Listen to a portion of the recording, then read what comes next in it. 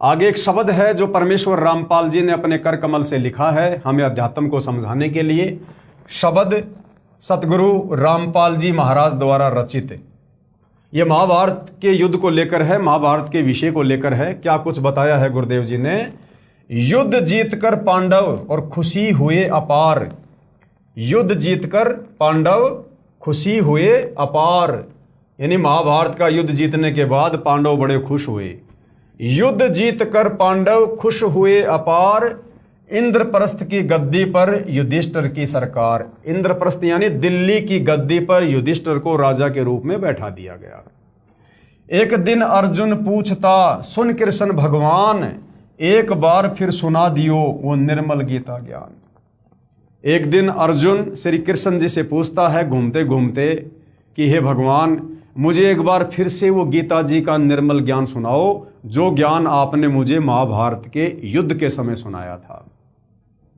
एक दिन अर्जुन पूछता सुन कृष्ण भगवान, एक बार फिर सुना दियो वो निर्मल गीता ज्ञान। घमासान युद्ध के कारण भूल पड़ी है मोहे, और ज्यों का त्यों कहना भगवान तनिक न अंतर होए।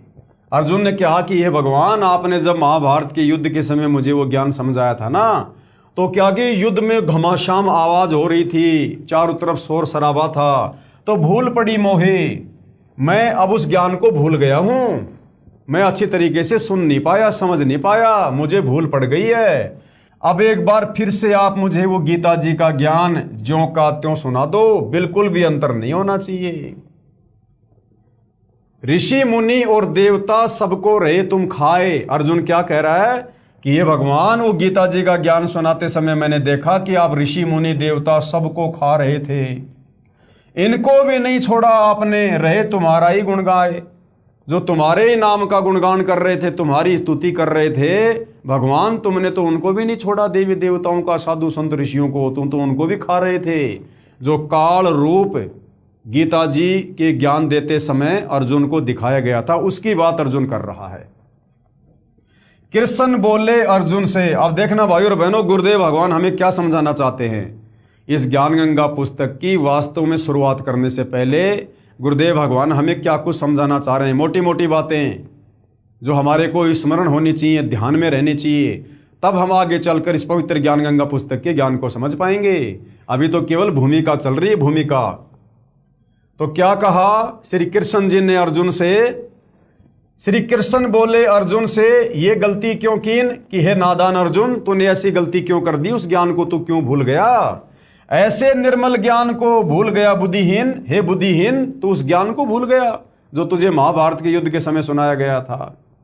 फिर क्या कहता है श्री कृष्ण, अब मुझे भी कुछ याद नहीं, भूल पड़ी निदान, और ज्यों का त्यों उस गीता का मैं नहीं कर सकता गुणगान।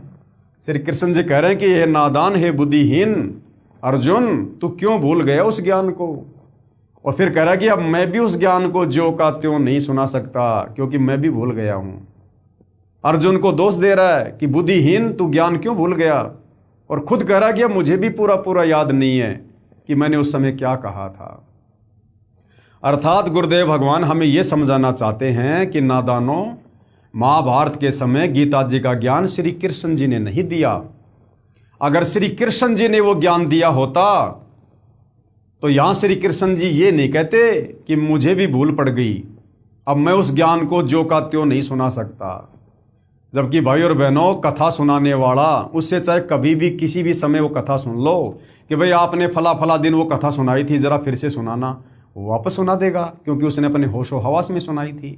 अगर श्री कृष्ण जी ने ही गीता जी का ज्ञान बोला होता, अपने होशो हवास में बोला होता, तो अर्जुन के पूछने पर तुरंत बैठकर सुना देते। तो गुरुदेव भगवान हमें यह समझाना चाहते हैं कि गीता जी का ज्ञान सुनाते समय केवल श्री कृष्ण जी के शरीर को काम में लिया गया था, इस काल ब्रह्म के द्वारा, इस ज्योति निरंजन के द्वारा। जो ब्रह्मा विष्णु महेश का पिता है, इसने भूत की तरह, प्रेत की तरह श्री कृष्ण जी के शरीर में प्रवेश करके और गीता जी का ज्ञान बोला था महाभारत का युद्ध करवाने के लिए।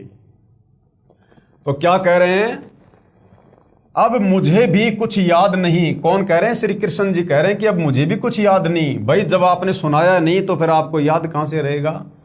अब मुझे भी कुछ याद नहीं, भूल पड़ी निदान, और ज्यों का त्यों उस गीता का मैं नहीं कर सकता गुणगान। स्वयं श्री कृष्ण को याद नहीं और अर्जुन को धमकावे, बुद्धि काल के हाथ है चाहे त्रिलोकी नाथ कहावे। परमात्मा कहते हैं चाहे ये श्री विष्णु जी के लोग कहलाते हैं, लेकिन इन सब की बुद्धि इनके पिता काल ब्रह्म ज्योति निरंजन के हाथ में है। इन सब का रिमोट ब्रह्मा विष्णु महेश का काल के हाथ में है। ज्ञानहीन प्रचार का ज्ञान कथे दिन रात, और जो सर्वे को खाने वाला कहे उसी की बात। और ये लोग किसका ज्ञान प्रचार करेंगे? ब्रह्मा विष्णु महेश है, 33 करोड़ देवी देवता है, ये जितने भी साधु संत महात्मा ऋषि हैं, ये काल के अंडर में हैं। ये काल की ही कथा कर सकते हैं, काल तक का ब्रह्म तक का ज्ञान दे सकते हैं, इससे आगे नहीं।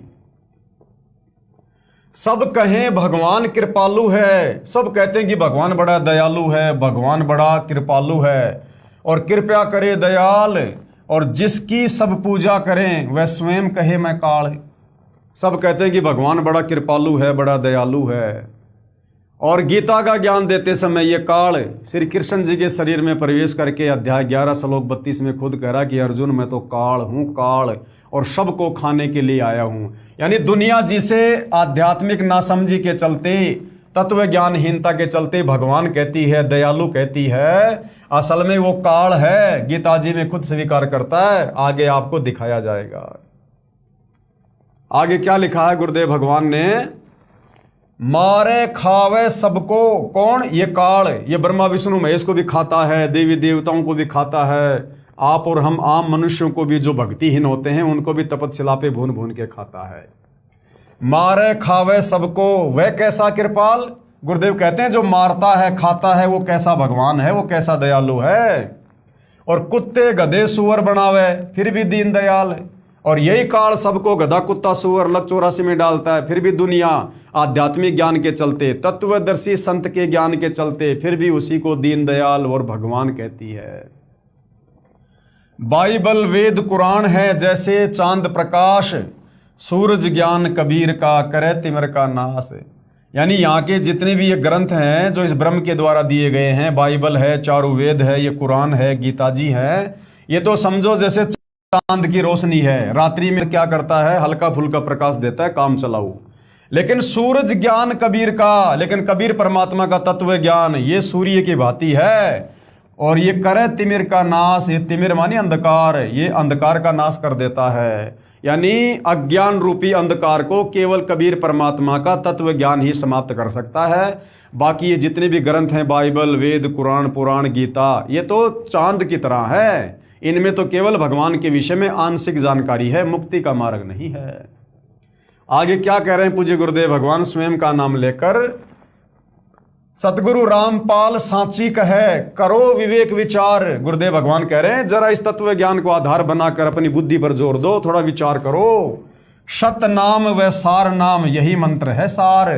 ये सतनाम, सच्चा नाम जिसमें 2 मंत्र हैं, और सार नाम जिसमें 3 मंत्र हैं, जो केवल पूर्ण गुरु देता है। कहते हैं यही मंत्र है सार, यानी यही निचोड़ है भक्ति का, इसी से मुक्ति होगी। बाकी ये जितने भी नाम है, राम राम, हरे कृष्णा, राधे राधे, श्याम मिला दे, या फिर ये अकेला ओम नाम, या फिर ये अकेला सतनाम, इनसे मुक्ति नहीं है। फिर क्या करें गुरुदेव भगवान? कबीर हमारा राम है, यानी हमारा असली भगवान कौन है? कबीर। वो है दीनदयाल, वो है वास्तव में दीनदयाल परमात्मा, जो ना किसी को मारता ना किसी को खाता। संकट मोचन कष्ट हरण गुण गावे। यह गुरुदेव भगवान स्वयं का नाम लेकर महिमा कर रहे हैं। आगे शब्द सतगुरु रामपाल जी ने लिखा है, ब्रह्मा विष्णु शिव है 3 लोक प्रधान। यानी इस काल के लोक में इस काल ने अपने आप को छुपाकर निराकार सिद्ध करके, जबकि ये साकार है, सबके सामने नहीं आता है, अपने ओरिजिनल रूप में किसी को दर्शन नहीं देता है, इसको श्राप लगा हुआ है। तो इसने ब्रह्मा विष्णु महेश को, अपने तीनों पुत्रों को एक एक गुण से युक्त कर दिया। रजगुण ब्रह्मा जिससे संसार की उत्पत्ति करवाता है, सतगुण विष्णु जिससे पालन पोषण करवाता है, तम गुण शंकर जिससे संहार करवाता है। तो कहते हैं ब्रह्मा विष्णु शिव है 3 लोक प्रधान। जब तक हमें तत्व ज्ञान नहीं होता तब तक हम ब्रह्मा विष्णु महेश को 3 लोक के भगवान मानते हैं, प्रधान मानते हैं। और अष्टंगी इनकी माता है। ये ब्रह्मा विष्णु महेश की माँ कौन है? अष्टंगी। अष्टंगी यानी 8 भुजा वाली। 8 भुजा वाली कौन? ये दुर्गा, शेरा वाली, ये ब्रह्मा विष्णु महेश की माता है। अष्टंगी इनकी माता है और पिता काल भगवान। इन तीनों देवताओं का बाप कौन है? ये काल, ये ब्रह्म, ये क्षर पुरुष ज्योति निरंजन। 1,00,000 को काल नित खावे सीना ताण। ये काल क्या करता है? 1,00,000 मानव शरीरधारी आत्माओं के सूक्ष्म शरीर से वासना निकाल कर खाता है तपतशिला पर भून भून के। इसको श्राप लगा हुआ है कबीर भगवान की तरफ से। जब हम सृष्टि रचना पढ़ेंगे इसी पवित्र पुस्तक ज्ञान गंगा में, तब हमें विस्तार से पता चलेगा कि कबीर भगवान ने इस काल को शतलोक में ये श्राप क्यों दिया। 1,00,000 को काल नित खावे सीना ताण।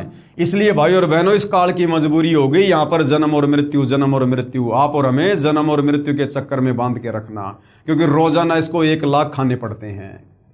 1,00,000 को काल नित, नित यानी रोजाना, और खावे सीना ताण। ब्रह्मा बनावे विष्णु पाले, शिव कर दे कल्याण। इस काल ने अपने तीनों बेटों की ड्यूटी लगा रखी है अपने 1,00,000 मानव शरीरधारी आत्माओं के सूक्ष्म शरीर से निकली वासना को खाने के लिए। ये ब्रह्मा जी के माध्यम से जीवों की उत्पत्ति करवाता है, विष्णु के माध्यम से पालन पोषण करवाता है, और शिव के माध्यम से फिर लड़ाई झगड़ा करवा कर, एक्सीडेंट करवा कर, जैसे तैसे उनकी मृत्यु करवा देता है। अर्जुन डर के पूछता है ये कौन रूप भगवान।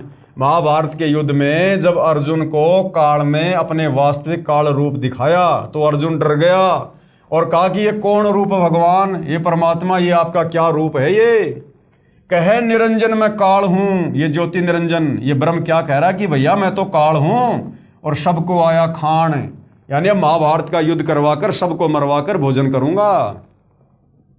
ब्रह्म नाम इसी का है। इस काल को क्या कहते हैं? ब्रह्म। ब्रह्म नाम इसी का है। देखो, एक होता है ब्रह्मा, ये ब्रह्मा तो इस ब्रह्म का बेटा है। ये ब्रह्म यानी काल, और काल के 3 बेटे हैं, ब्रह्मा विष्णु महेश। तो ये जो ब्रह्म है इसको काल भी कहते हैं, और इस जो ब्रह्म का बेटा है वो है ये ब्रह्मा। तो ये ब्रह्म अलग है और ये ब्रह्मा अलग है। ये ब्रह्म है काल और ये ब्रह्म से काल का बेटा। तो कहते हैं कि ब्रह्म नाम इसी का है, इसी काल का नाम है ब्रह्म। और वेद करे गुणगान, वेदों में जो ब्रह्म शब्द लिखा है वो इसी काल का नाम है। और जन्म मरण 84 ये इसका संविधान। और इस काल का इस 21 ब्रह्मांड में क्या संविधान है? ये जीवों को जन्म देता है, फिर मारता है, फिर लक 84 योनियों में, फिर नरक में डालता है। ये इसका संविधान है, ये इसका काम है। 4 राम की भक्ति में लग रहा संसार। ये पूरी दुनिया केवल 4 भगवानों की भक्ति कर रही है। 3 भगवान कौन? ब्रह्मा विष्णु महेश। और चौथा भगवान कौन? इनका पिता काल ब्रह्म। और 5वें राम का ज्ञान नहीं, उस 5वें कबीर भगवान का तो किसी को ज्ञान ही नहीं, जो पार उतारणहार, जो इस काल के 21 ब्रह्मांड से मोक्ष कर देता है। अब वो जानकारी तो खुद वो कबीर भगवान तत्वदर्शी संत के रूप में आके देता है, और कोई नहीं दे सकता। ब्रह्मा विष्णु शिव तीनों गुण हैं। ये ब्रह्मा विष्णु महेश तीनों एक के गुण से युक्त हैं। ब्रह्मा रजोगुण से युक्त है, विष्णु जी सतोगुण से, और शंकर जी तमोगुण से युक्त हैं। ये तीनों देवता और ये तीनों गुण हैं। आगे चलकर हम मार्कंडे पुराण में पढ़ेंगे। ब्रह्मा विष्णु शिव हैं तीनों गुण प्रधान, यानी ब्रह्मा जी के रजोगुण के प्रभाव से हम लोग बच्चे उत्पन्न करते हैं। ये जो विषय वासना जागृत होती है ना, काम वासना, ये ब्रह्मा जी के रजोगुण के कारण होती है। और विष्णु जी के सतोगुण के प्रभाव से बेटा बेटी, कार कोठी, नौकरी, संपत्ति में मोह ममता। और शिव जी के तमोगुण के प्रभाव से लड़ाई झगड़ा, मार पिटाई, गुस्सा, क्रोध। तो ये तीनों देवताओं को काल ने एक एक गुण से युक्त कर रखा है। ब्रह्मा विष्णु शिव तीनों गुण हैं। दूसरा प्रकृति का जाल। प्रकृति कौन? गीता अध्याय 14 श्लोक 3 में जो प्रकृति शब्द है वो दुर्गा को कहा गया है। ये काल की पत्नी है दुर्गा। एक प्रकृति होती है संसार, सृष्टि जो हम देख रहे हैं, पेड़ पौधे, नदी, पहाड़, झरने, ये नहीं। यहां जो प्रकृति है ये दुर्गा है, ब्रह्मा विष्णु महेश की मां। तो क्या कह रहे हैं कि ब्रह्मा विष्णु शिव तीनों गुण हैं। और दूसरा इस प्रकृति का जाल जो कि काल के आदेश से जीवों को फंसाती है। लाख जीव नित भक्षण करे, राम तीसरा काल। 1,00,000 जीवों का रोजाना भक्षण करता है ये काल। ये है तीसरा काल, राम तीसरा काल। यानी लोकवेद के आधार से तीसरा भगवान यहां पर कौन है? काल। एक भगवान तो कौन हो गया? ब्रह्मा विष्णु महेश। दूसरा भगवान हो गया ये दुर्गा प्रकृति, और तीसरा हो गया ये काल। फिर आगे गुरुदेव कह रहे हैं अक्षर पुरुष है राम चौथा। अक्षर पुरुष है राम चौथा। वो जो सात संग का ब्रह्मांड है ना अक्षर पुरुष, उसको चौथा राम कहा गया है यहां पर। गीता अध्याय 15 श्लोक नंबर 16 में जो दो भगवान है क्षर और अक्षर, तो वो जो अक्षर पुरुष है सात संग ब्रह्मांड का स्वामी, वो है चौथा राम। अक्षर पुरुष है राम चौथा, जैसे चंद्रमा जान, और पांचवा राम कबीर है। कबीर देव पांचवे राम है, फाइनल राम है, सुप्रीम राम है। जैसे उदय हुआ भान, जैसे सूर्य उदय होता है तो अंधकार समाप्त हो जाता है, ऐसे ही वर्तमान में वो पांचवा राम कबीर देव तत्वदर्शी संत के रूप में धरती पर प्रकट है, और अभी संसार से अज्ञान रूपी अंधेरे को अपने तत्व ज्ञान की रोशनी से बिल्कुल समाप्त कर देंगे। राम देवानंद गुरु जी कर गए नजर निहाल। यहां पर पूज्य गुरुदेव भगवान अपने मुंह बोले गुरुदेव आदरणीय राम देवानंद जी को महिमा दे रहे हैं। कह रहे हैं कि मेरे गुरुदेव ने मुझे सतनाम और सारनाम सार शब्द देकर नजर निहाल कर दिया। सतनाम का दिया खजाना बरते रामपाल। जबकि ये खजाना तो भाई और बहनों स्वयं आदरणीय राम देवानंद जी को सतगुरु रामपाल जी ने प्रदान किया था। हालांकि भाई और बहनों ये बहुत ही अगम की बातें, बहुत ही गूढ़ बातें हैं। दास ने 8-10 हज़ार वीडियो बना रखे हैं 2-2, 3-3 घंटे के। जब आप धीरे धीरे सतगुरु रामपाल जी के ज्ञान से परिचित होंगे और फिर जब आप दास की वीडियो देखना शुरू करेंगे तो आप जियों को फिर ये सारी बातें जो कि गुप्त हैं, सांकेतिक हैं, बहुत ही सूक्ष्म हैं, फिर आपको ये बातें समझ में आएंगी। आगे भाई और बहनों पवित्र पुस्तक ज्ञान गंगा में पूज्य गुरुदेव भगवान जी ने लिखा है कि नाम दीक्षा लेने वाले व्यक्तियों के लिए आवश्यक जानकारी। नाम दीक्षा यानी उस कबीर भगवान का नाम जो हम पूर्ण गुरु सतगुरु रामपाल जी से प्राप्त करते हैं। तो नाम दीक्षा लेने वाले व्यक्तियों के लिए आवश्यक जानकारी कि भैया अगर उस नाम को सफल करना है, भक्ति को सफल करना है, तो आपने किन किन मर्यादाओं का ध्यान रखना पड़ेगा, आपने क्या क्या नियम फॉलो करने पड़ेंगे। जब तक आप मर्यादा नहीं निभाओगे, नियम फॉलो नहीं करोगे, तो चाहे पूर्ण गुरु से नाम ले लो, चाहे तत्वदर्शी संत से नाम ले लो, चाहे सतगुरु रामपाल जी की गोद में बैठ के भक्ति कर लो, यदि आपने उनके नियम खंड कर दिए, मर्यादा भंग कर दी, आपकी भक्ति सफल नहीं हो सकती। आपका इस काल के किस ब्रह्मांड से छुटकारा नहीं हो सकता है। तो भाई और बहनों अगले वीडियो में हम इस विषय पर चर्चा करेंगे, क्योंकि ये पवित्र पुस्तक ज्ञान गंगा बहुत ही रहस्यमयी है। रहस्यमयी का मतलब है जो ज्ञान आज से पहले हमारे ज्ञानहीन धर्म गुरु वेदों को पढ़कर, गीता जी को पढ़कर, अन्य ग्रंथों को पढ़कर आप और हमें नहीं दे पाए, आप और हमें भक्ति और भगवान की परिभाषा से, दैवीय शक्तियों की समर्थता से और असमर्थता से परिचित नहीं करवा पाए, उन सभी बातों का खुलासा इस पवित्र पुस्तक ज्ञान गंगा में सर्व शास्त्रों से प्रमाणित करके सतगुरु रामपाल जी ने लिखा हुआ है। तो हम इस पवित्र पुस्तक के ऊपर धीरे धीरे आगे बढ़ेंगे।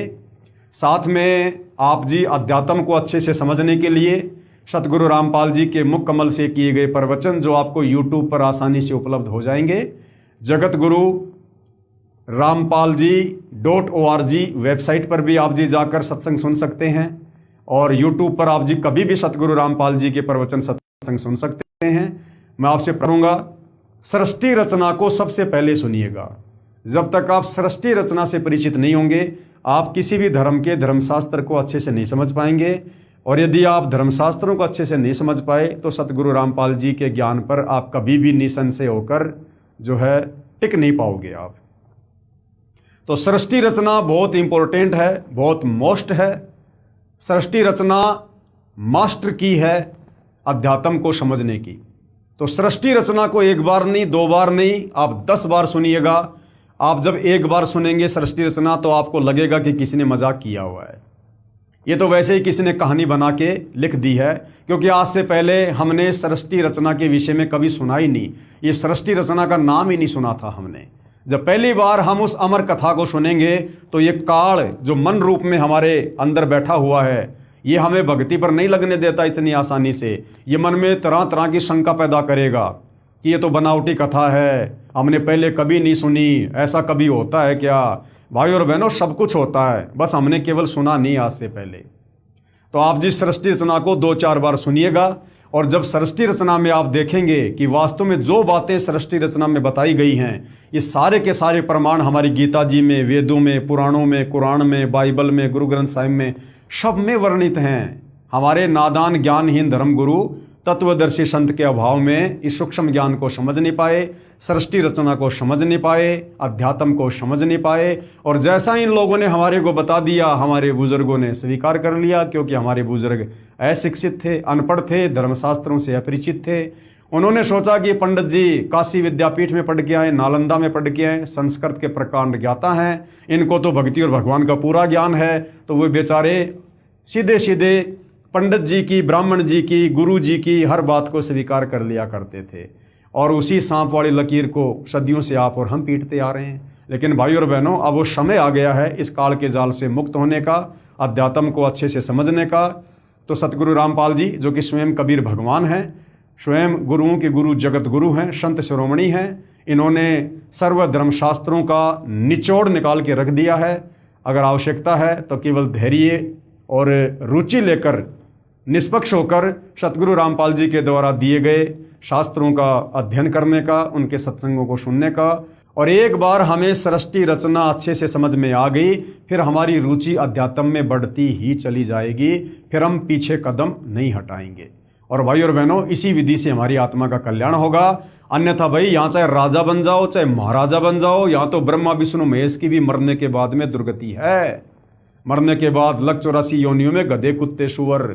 सोचिए आप और हमारा क्या होगा यदि इस समय हमने इस समय को ना पहचान कर और सतगुरुदेव भगवान, सतगुरु रामपाल जी के प्रवचनों को ना सुनकर, उनके ज्ञान को आधार ना बनाकर यदि हमने मनुष्य जन्म बर्बाद कर दिया तो भाई और बहनों, जाति और धर्म की दीवारों को तोड़ो और थोड़ा अपने अध्यात्म वाले, अपने बुद्धि विवेक वाले दायरे को बढ़ाओ। सतगुरु रामपाल जी के प्रवचनों को ध्यानपूर्वक सुनो और उनसे उपदेश प्राप्त करके अपनी आत्मा का कल्याण कराओ। नाम दीक्षा लेने के लिए आप जी सतलोक आश्रमों में संपर्क कर सकते हैं। डायरेक्ट सतलोक आश्रमों में ना जाकर आप जी सोशल मीडिया पर सतलोक आश्रम के नंबर सर्च करके आप पहले उनसे बात कर लें। जहाँ जहाँ नामदान की सुविधा है आपको एड्रेस बता दिया जाएगा, वहाँ पे आप जी सतगुरु रामपाल जी से उपदेश प्राप्त करें, अपनी आत्मा का कल्याण करवाएं। तो आज के वीडियो में भाई और बहनों केवल इतना ही। अगले वीडियो में हम कल आगे बढ़ेंगे। तब तक पूज्य गुरुदेव भगवान हम सबको आज्ञा दे, आशीर्वाद दे, सद्बुद्धि दे, हमारा मार्गदर्शन करे, हमें भ्रमने भटकने से बचाए। बंदी छोड़ सतगुरु रामपाल जी परमेश्वर जी की जय हो।